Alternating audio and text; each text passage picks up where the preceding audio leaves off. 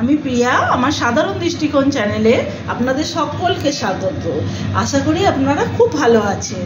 আজকে রাত্রিবেলা আমি রাতের ডিনারের জন্য বানাবো চিকেন তড়কা।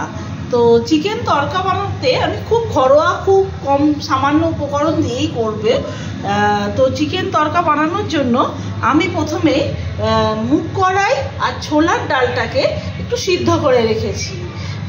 চিকেনটাকে একটু কিমা করে নিয়েছি, আর নিয়েছি ক্যাপসিকাম, টমেটো, কাঁচা লঙ্কা, ধনেপাতা কুচি আর পেঁয়াজ কুচি আর আদা রসুন বাটা লাগবে। প্রথমে গ্যাসের মধ্যে কড়াইটা বসিয়ে আমি এতে একটুখানি তেল দিয়ে নেব। হয়ে গেলে এর মধ্যে দেব পেঁয়াজ কুচি,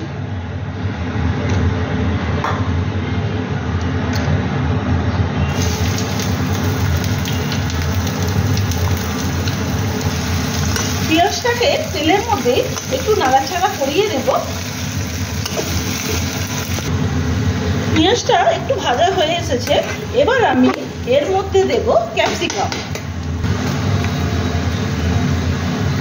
ক্যাপসিকামগুলো কুচো করে রেখেছিলাম, ওগুলো দিয়ে দিলাম। দিয়ে এবার ভালোভাবে আর একটু নাড়াচাড়া করে দেব। ক্যাপসিকামগুলো ভাজা ভাজা হচ্ছে, এখন আমি এর মধ্যে টমেটো কুচিটাও দিয়ে দেব আর কাঁচা লঙ্কাটাও দিয়ে দেব।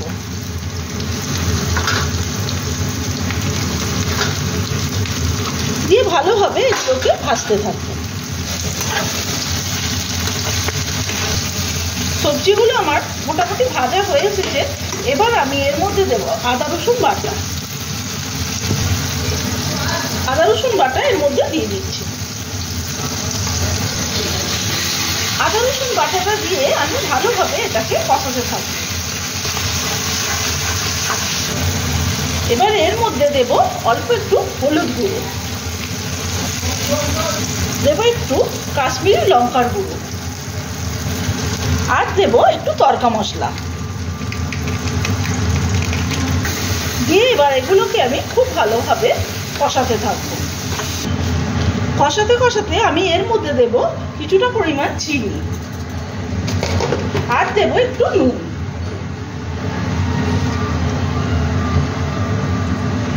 দিয়ে আমি আবারও ভালোভাবে কষিয়ে নেব।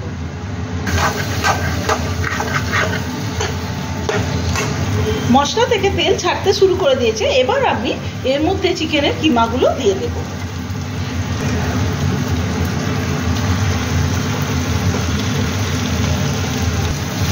এই চিকেনটাকে খুব ভালোভাবে কষিয়ে দেব।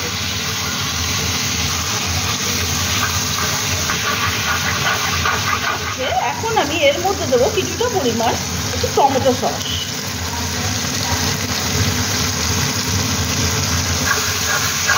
আর দেব এর মধ্যে সোয়া সস দিয়ে ভালোভাবে এটাকে কষিয়ে নেব। চিকেনটা আমার খুব ভালোভাবে কষানো হয়ে গেছে, এবার আমি ওই ডালটা যে সেদ্ধ করে রেখেছিলাম এর মধ্যে দেব।